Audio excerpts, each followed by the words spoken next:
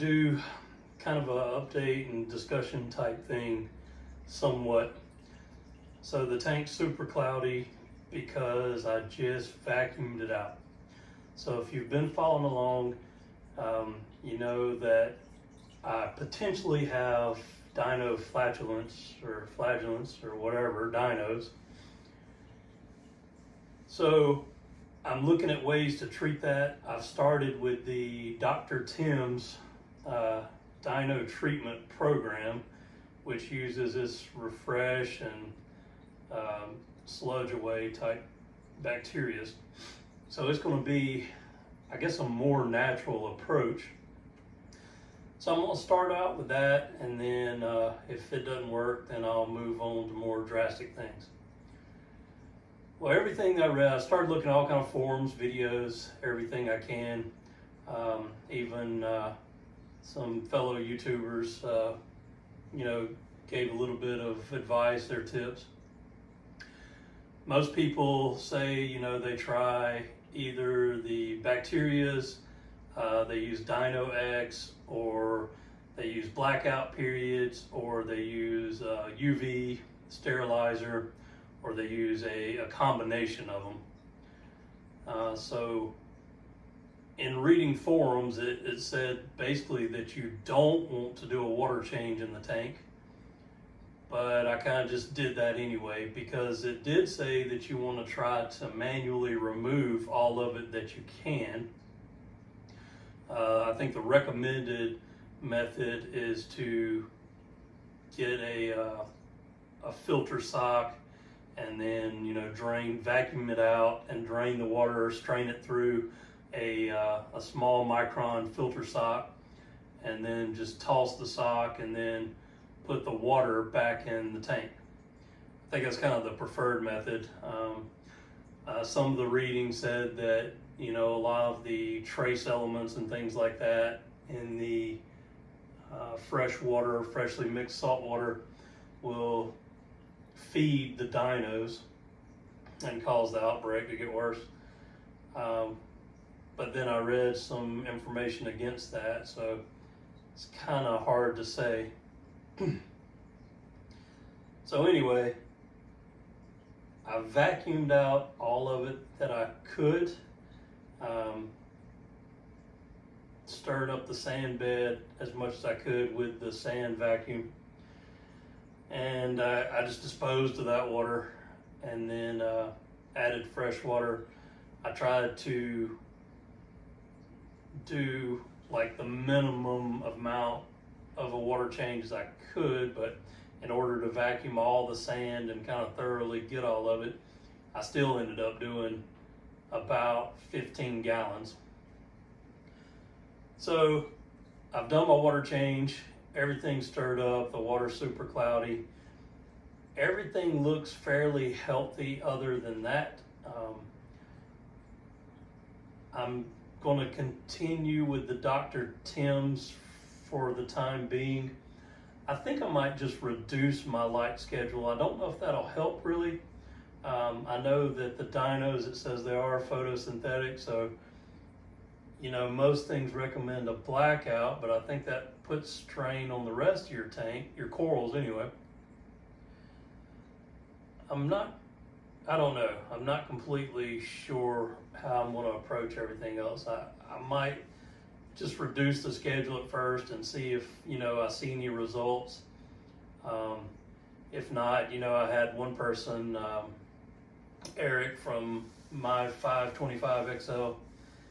He, great channel, by the way, if you want to go check that one out. But anyway, he had recommended, you know, he said that he used the Dino X, but also used a UV sterilizer and did, I think he said, a 3-day blackout period. So I might, you know, if I'm not seeing any kind of results, or if it starts coming back strong, I'll probably go that route. I don't have a UV sterilizer. If it gets bad enough, I will invest in one. You know, of course, Bulk Reef Supply sells one for this size tank for like $400, and they pretty much state in their videos that any of the smaller, cheaper ones you get are toys and don't do anything anyway. So years ago I had one of the Coral Life twist ones, and I don't ever know if it did anything or not. I was running carbon in the tank too, so the water was always clear, but I don't know if it actually did anything. So we're just gonna have to see. But anyway, this is probably going to be a long process. I actually watched several videos, but with the BRS one, you know, it said don't rush anything or you really can do damage. And, you know, it's like Ryan said, it probably took you months to get here and it might take you months to get out of it. So I'm going to kind of run along with that and, you know, just try to take it slow. I'm going to, unless I have a super outbreak of it. Now, if it starts covering the corals and rocks and everything else, then I'm going to move to more extreme methods of dealing with it. But for right now, it's really, from what I can tell, it's really just in the sand. I don't really see, I saw parts of it where the sand meets the rock and it started creeping up on the rock a little bit. But other than that, I really don't see it on the rocks. So, you know, as long as my corals aren't dying and everything looks like it's okay, I think the only losses I've had so far is maybe a couple snails and a couple of little dwarf hermit crabs. But yeah, I'm just gonna fight this thing the best I can and do a slow approach to it in the beginning and move from there.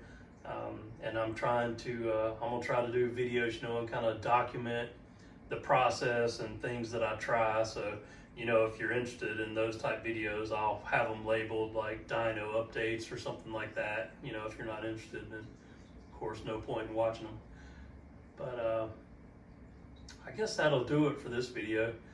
We will see. This is basically, so this is day one, vacuumed out, and the Dr. Tim's Refresh added to the tank. And then I think, you know, you skip a day, and then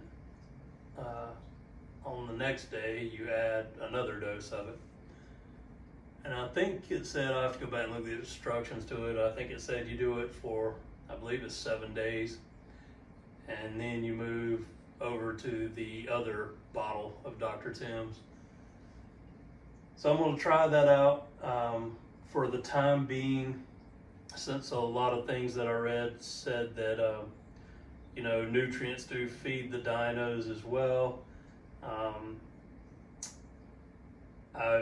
And trace elements. The trace elements that I am dosing, I've turned the dosing off on that, and I've also stopped dosing the Red Sea AB Plus for now. Unless I see any kind of change to the corals all of a sudden.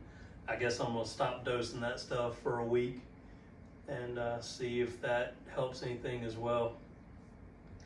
It's just interesting to me, you know, this coming about, that I really wouldn't keep, you know, I monitor my Trident daily, but as far as testing the water, I never test for nitrates anymore. I mean, I do that in the very beginning until the tank's cycled, and then I don't really worry about it. Phosphates, I mean, I've only tested, I think I tested it twice, and one being after I saw this pop up. So, you know, it's just not something that I test for all the time. I'm still trying to figure out, you know, from years ago why we're having all the dino outbreaks now. For the most part, the general consensus is that it's from using dry rock and not having all the bacteria and stuff that comes from the ocean and comes from live rock. Several people have said when you use actual live rock, you never have that stuff. And my previous tanks have always been actual live rock. This is my first time using dry rock. And I don't even know that you can buy a real live rock anymore. I mean, I hadn't seen it for sale on any of the websites, but I don't know if that's like a protected thing now or what.